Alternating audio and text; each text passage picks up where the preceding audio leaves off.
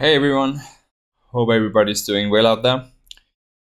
In this talk, we're going to talk about my migration from Angular to Analog and the Spartan stack, how I did that for my course platform, and how you can do the same step by step. So let's dive in. So here's what we're going to cover: the Spartan stack and the different components that go into that, including Analog, how I migrated my course platform to Analog and the Spartan stack, step by step, how to handle authentication and authorization with the Spartan stack, client hydration with Analog, and then I have a special announcement for those who stick all the way to the end. First of all, I am Christian Ludemann. I'm an Angular consultant, speaker, trainer, and blogger from Denmark. I have a blog with over 100 blog posts. I've been blogging for 6 years now on christianludemann.com. And I have a GitHub with many code examples and stuff you might find helpful in regards to Angular development. And I post stuff on Twitter at chrisludemann.com. So on my blog you can find new content every week, either videos from my YouTube or blog posts where I normally write about Angular development. It's a lot of practical and applicable knowledge you can use in your day-to-day work, and you can join more than 50,000 monthly visitors. I have a course as well called Angular Architect Accelerator, where I a couple of times per year open up for a cohort of this 8 weeks online course. It teaches you everything you need to know to work as a high-end Angular architect. So if your goal is to get promoted, get a remote job, or become a highly paid freelancer, this is the course for you. With just 1 hour of work per day. In 8 weeks, I have many students who are able to get promoted or get their dream contract or remote job using the approach I line out in this course. So it's everything I wish I knew when I got started, it lays everything out step by step, so you can operate as an Angular senior or lead and get the results you want in your career. You can at least sign up for my free warm-up workshop for the next cohort, and you can get like a little taste of if this is something for you. So let's dive right into the talk. So the Spartan stack is an opinionated full stack framework providing end-to-end type safety and server-side rendering and static site generation to Angular developers. So the motivation is to build faster and better apps with the modern technologies, giving you the best type safety, developer experience, efficiency, performance, and it's a deal for startups and utilizes serverless tools. Stack is originally coined by Robin Goetz, and there's a website for it at spartan.ng. So we're going to cover the different parts of the stack really quick before we dive into step by step how I did my course migration. So you can see it's Supabase, Drizzle, Angular, tRPC, TailWindCSS, Analog, and NX. So Supabase. Many people might know Firebase. Supabase is an alternative to that, providing a Postgres SQL store. And for me, that was attractive because I prefer to work with a SQL store over NoSQL. Especially as projects scale up, I think it's more manageable to have the data in a SQL database. And then later introduce the NoSQL as a scaling solution for better performance, but only relying on NoSQL from the get-go, in my experience, requires a lot of synchronization logic for synchronizing different denormalized states in the database. So if you also prefer working with a Postgres database and you want this serverless environment you can work with, which is basically is good for startups, environments where you don't want to handle the infrastructure yourself, then I think Supabase is a really good tool, and it's been very easy to get started. Provides not only the database, also functions, so you can have serverless node hosting, And you can have authentication, so it has tools built in for that, and it's very easy to set up all this stuff. Then Drizzle is a type-safe database ORM. It provides tools such as handling migrations and creating tables based on your TypeScript schema. It used to be Prism that was part of the P in the Spartan stack, but it switched to Drizzle because Drizzle is more cloud-friendly, has features that are more cloud-friendly. So it got decided to change to Drizzle, and personally I also prefer Drizzle. It's been very easy to work with as a database ORM. Then we have Angular. You probably already know. It's used by Analog, within Analog, which is the meta framework on top of Angular. The latest features of Angular, such as provide client hydration, makes it even more applicable for server-side rendering, and then run within Analog. You have a very good server for server-side rendering, which we'll look into in a bit. And it used to lag behind on these server-side and SSD features compared to other framework full-stack tools such as Next.js and Nuxt. Even Angular Universal has always been kind of like lag behind, and in terms of features, it has been way behind Next.js, but now Analog is a good contestant for like a full-stack framework that provides server-side rendering and static site generation. Then we have tRPC. It's a type-safe communication between front and back end. In my opinion, it combines the best of GraphQL and REST. Where from GraphQL you have queues and mutations, which gives you this flexibility. You don't need to create data transfer objects for everything like in REST. tRPC gives you this full stack type safety between the client and the server. If you change something on the server, you can immediately see the change in the client. Especially it's good when you have the server and the client all together in the same monorepo, which we have with NX monorepo here, as you get immediate feedback from the type safety between the server and the client. So you don't need any DTOs. You get that inferred from the type safety from the server types with the tRPCs. And then we have TailWindCSS, which is these CSS util classes for providing styling directly in the markup. It is faster development than traditional schematic CSS. It's a topic that's quite controversial in the development space. Should you use TailWindCSS or not? In my opinion, I think it's a great tool. And I think it's great that one thing is motivate you to extract two components and reuse using that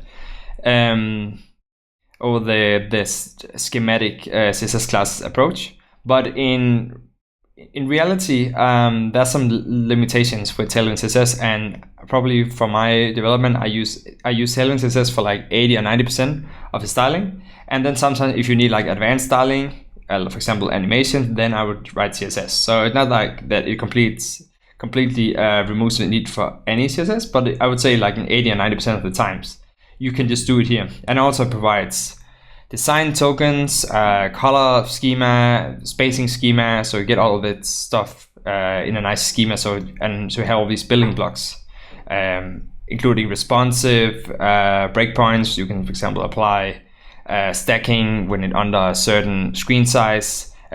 All very easy, and CSS grids and flexbox you can apply very easy with TailWindCSS. Then we have Analog.js, which is the full stack Angular meta framework that provides the server-side rendering and SSD support. Has file-based routing and API routes, as we, for example, know from Nuxt.js, Next.js. It's Vite powered, so it's quite fast to serve it, and it has building as well for vtest for testing. And that's what we'll dive more into with the cross-platform migration. We have NX, which is a build tool, has many executors for different common frameworks such as Angular, React, Next, Cypress, for example. first class support for monorepos has ESLint rules for enforcing module boundaries and has these affected commands. So you can, for example, run build, test, and lint on only the affected projects within your monorepo. So it scales up quite nicely and even has caching and build optimization utilities. So you get fast CI builds. So let's go through how I migrated my course platform to the Spartan stack. So first we look at the NX architecture of my course platform and how I set up analog within that.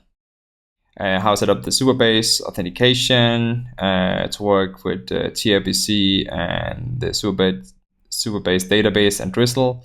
And the tRPC setup and Drizzle setup in general.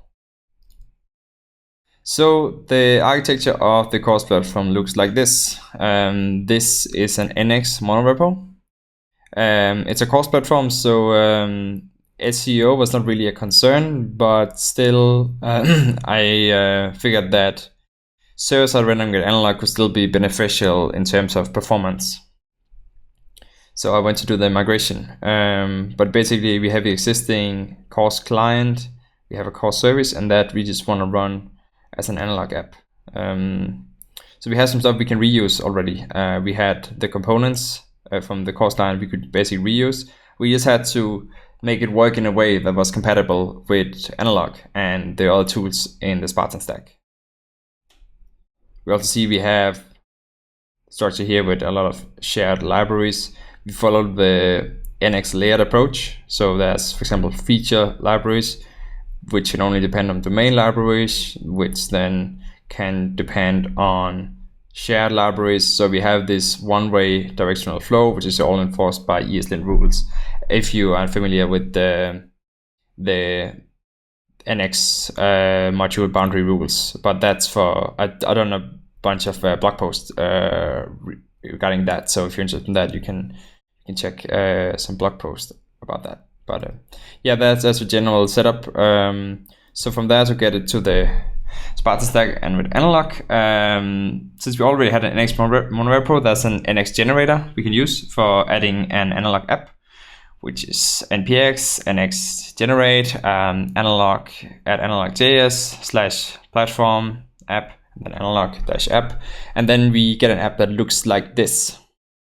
So you will see that you have some different files here. You have a certain structure. So you have the read.config.ts, which basically set up analog from there. As analog is a Nitro plugin. Nitro is the underlying engine that's also used in Nuxt.js, and analog is a plugin on top of that, and Nitro is a Vite plugin. So that's how it all ties together. We have Nitro, we have the Vite plugin Nitro, we have Vite, we have the Vite, we have the Nitro plugin, and then we have analog, which is plugging into Nitro. So there's many tools that built on top of each other,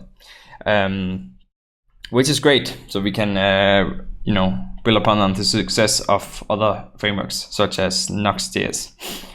We have the pages structure, which is an opinionated structure that creates routes based on a naming convention, which I'll cover in a bit.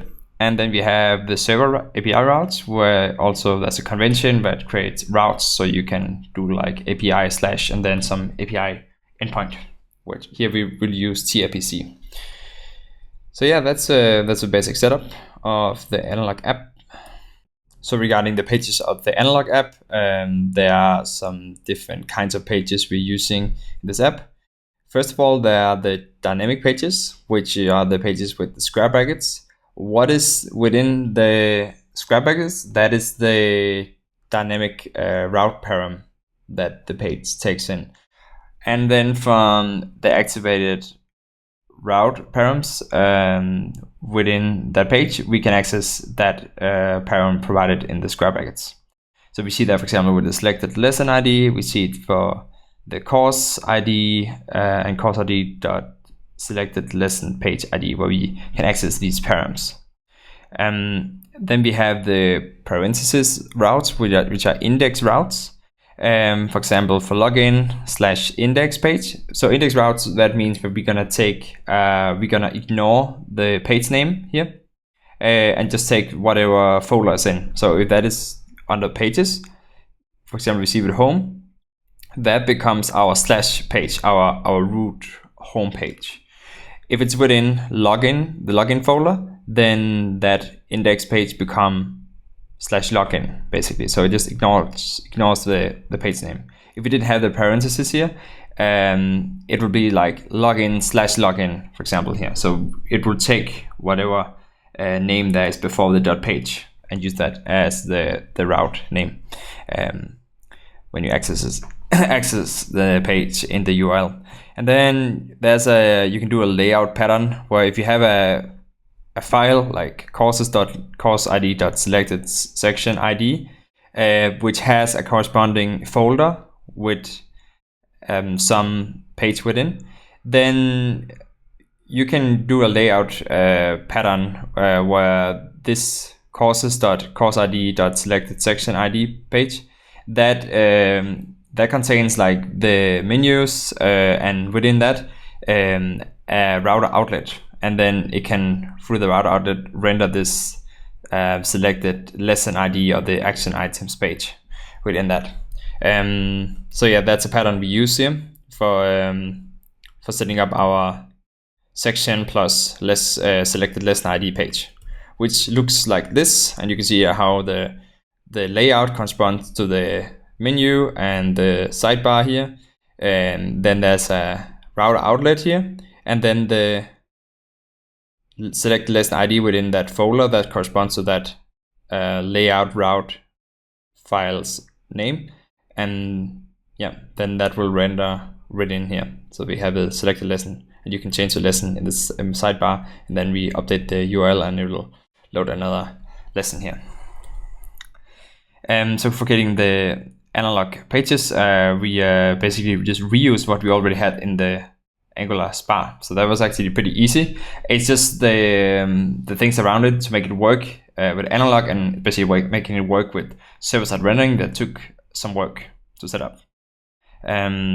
So they have this, so basically the page, we just re-exporting the courses component, for example, for the course page, and then we can set up route meta, where we can add some extra routing configuration for this page. So we could, for example, set a title, which is useful for example, for SEO, as we see the title in the top tab of the page.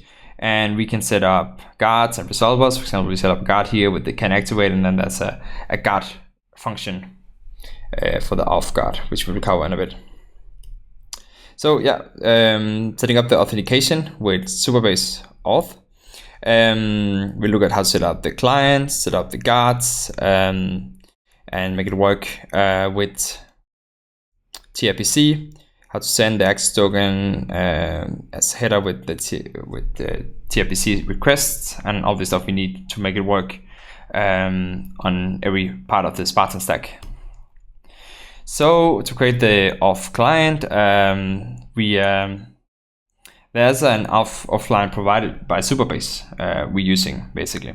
So the basic setup for this is there's an auth URL, and there are some auth headers like authorization and API key, which we will just get from the if you add indeed, if you add a .env file, then you can have these keys that get replaced at build time, so we can access these, the Supabase key and this different stuff we need for the authorization and such, the client here.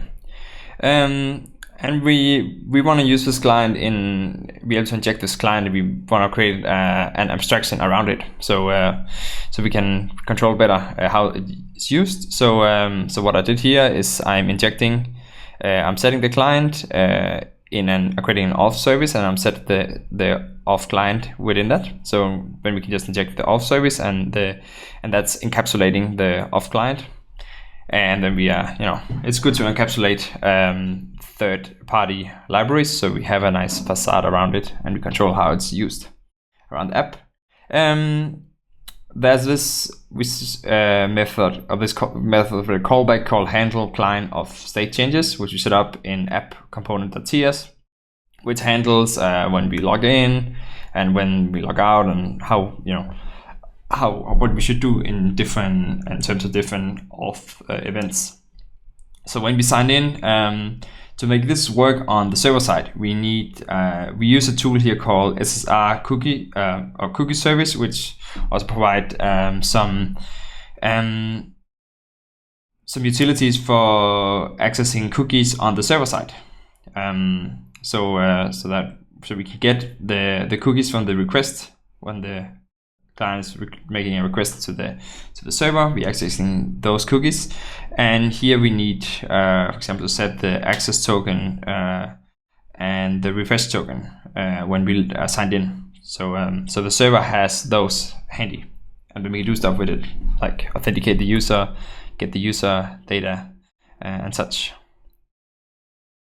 So yeah, that's important to set up, and we do that by setting this method in the app component TS, which has this callback. And then to create the auth client, in the service there's other methods we fill out. There's the sign up, which is just calling the sign up for the Supabase client, so there's nothing fancy going on there. There's this the sign in with passwords, sign out.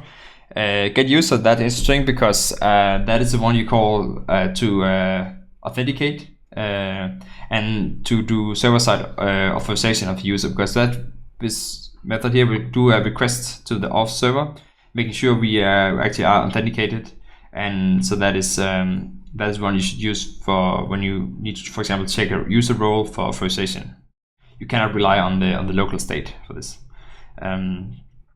Then the get session, that is the one you would use in the browser, because that is more cheap than the get user, because that doesn't require a network request. That just get the session for the local storage if that is available. So that's one we use for getting when you see the auth guard. This is the browser version. And then for authenticating the user on the server side rendering, we set the session, which is what we do on the server side. We need to set session, which sets the session based on this SSR cookie data, which we get from when the server has done this. When we signed in, we get these cookies, and then based on this we can set the session, and then we can authenticate using getting the user with the get user method. So that's the one we use. And we can, for example, see how we create a login page here, and basically we just call the sign in methods on our service, and we sign in. Pretty simple, with the email, password, done deal. So setting up authentication with Supabase auth, the next step is the auth guard. We create the auth guard like this. Auth guard checking if you're authorized to access page, and redirect if not.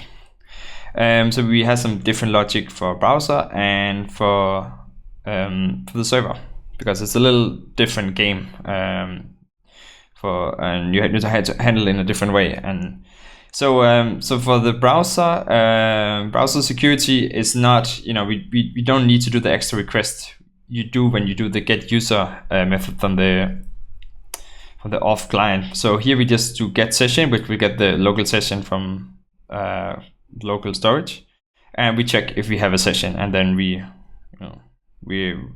otherwise if not, we navigate to login. And then on the server side, when we are requesting a page, and this is then it will go here and run on the server side, then we call this authenticate user, the method we saw here, that does the set user session. So it sets user session based on the cookie information on the server side, and then we get user, which is this is how you do authorization on the server, because that does an extra request to the auth server to make sure that you actually are authenticated, so you can authorize correctly. So yeah, that is the auth guard we're going to use for the protected pages. So then the last step is we need to set these set access token as headers with the tRPC request, and set up the authorization on the tRPC server as well. So first, set up the tRPC server. We set up the API handlers in server/routes/tRPC, and then the square brackets tRPC.ts, which is our API in the analog app. So the square brackets, that's a dynamic route. That means whatever we pass in, we can access that within this tRPC Nitro handler, which is something you get from analog.js/tRPC. So in tRPC, there's something called a context, where you can set a method that runs every time and route is requested in tRPC. And this is here we're gonna verify and decode the JWT token, and then get the user information and set that in the context. So we get within this method we get the verify and decode the JWT token using auth client.getUser, and then we provide the token here, which we get from the headers. So the headers, we get the protected procedure that checks the user from the context. We use it in the tRPC routes. So we create this protected procedure, which is using this user from the context where we set the user here.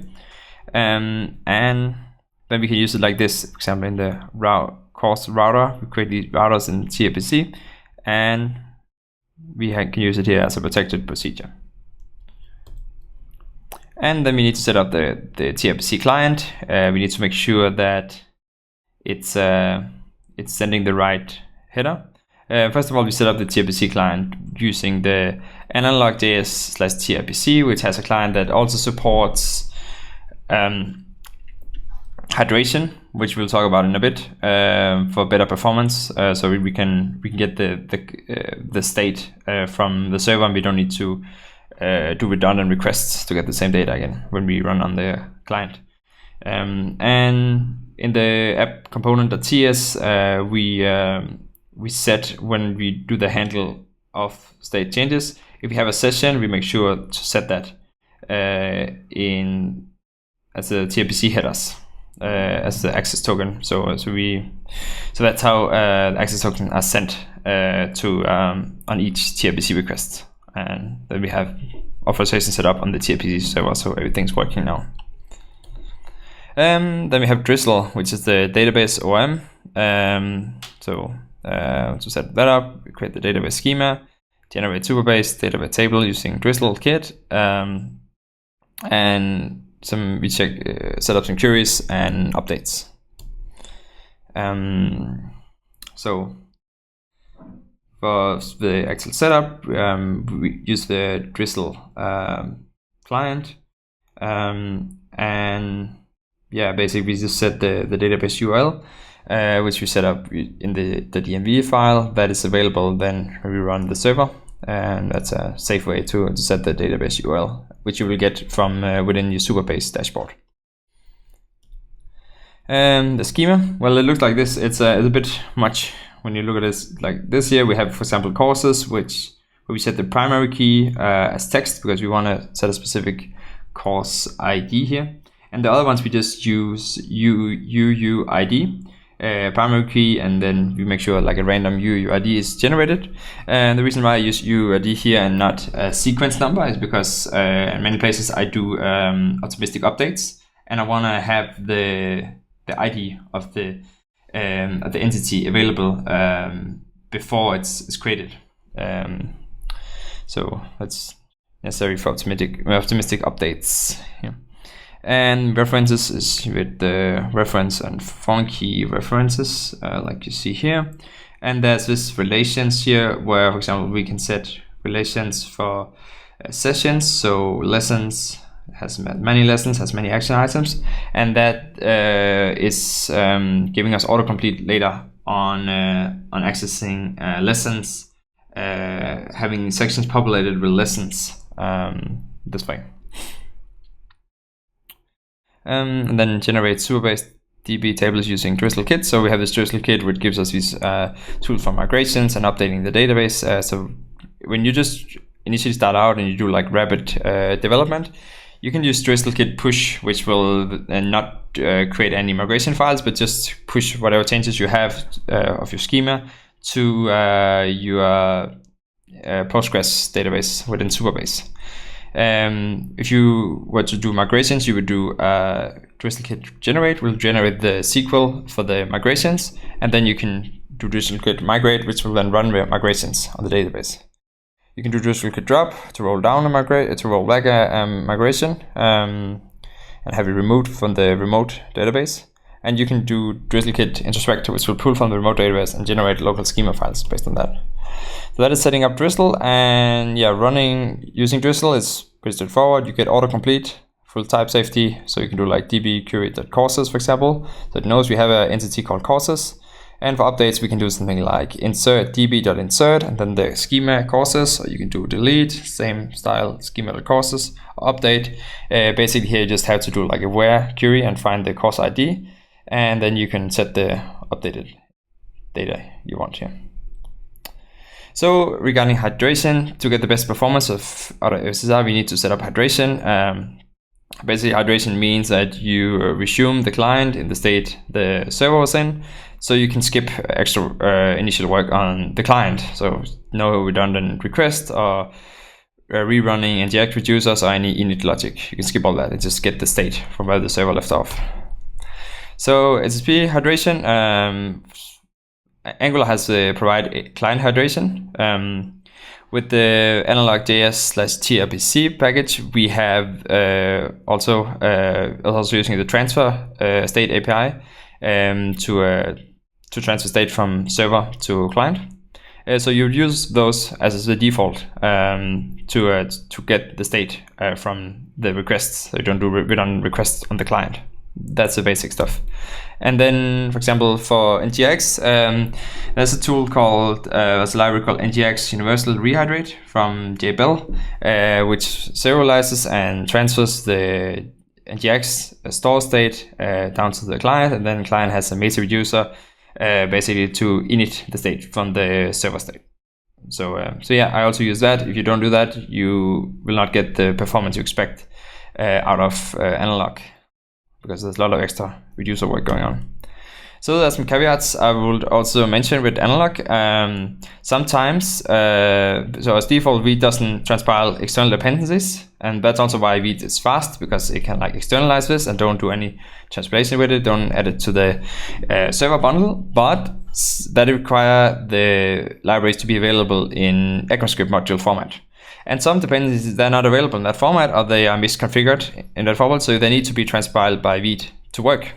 So in those cases, you need to add those libraries to ssr.noexternal in your Vite config, like you see here. And then these will be transpiled by Vite and added to the server bundle, which will make it a little bit bigger, but at least it will make it work when these libraries are not ESM compatible in an ESM format. So that is something I had to do for a few of these libraries. Yeah. And then showtime, I'll show you some more of the course platform. Basically, you see the structure here, where this is my existing apps, which I wanted to migrate. They are here, the apps. This is the analog app. So I've been working on here. Within those, you see, for example, how they just reference the apps from the libraries here. Within the domain, we have, for example, the tRPC client. We have the library for the tRPC server with the tRPC and Drizzle set up. So that's how all of this is set up. Like really quickly. And performance. So we went from 86 to 98 in Lighthouse with analog. Especially we saw a faster latest contentful paint due to the server-side rendering and hydration. So this works, and it will make your app faster. So wrapping up, we saw the Spartan stack, we saw different components go into it, we saw how I migrated my course platform to analog, especially also how to handle off with the Spartan stack, client hydration with analog, and then the special announcement I wanted to cover, which I'll do in a bit. slides and code example will be shared on my Twitter at Chris Luderman and my website christianluderman.com. And the special announcement is in collaboration with the true Spartan founder Robin Goetz. We are launching a course together called the Spartan Bootcamp. You can check it out here at spartan-bootcamp.com. First cohort starts 17th of June, and it's a two-hour live training per day for Monday to Friday for a week, and where we will go all the way from designing a SaaS product with a cross-platform with the Spartan stack, and all the way to how you run it in production. So if you're interested in that, you can go to the Spartan Bootcamp and sign up here. Soon we will have sign up for the course. There's only 10 spots for the first cohort. And yeah, it takes you all the way from design to running the Spartan stack in production. So thank you for watching. And if you have questions, ask questions later for the question round.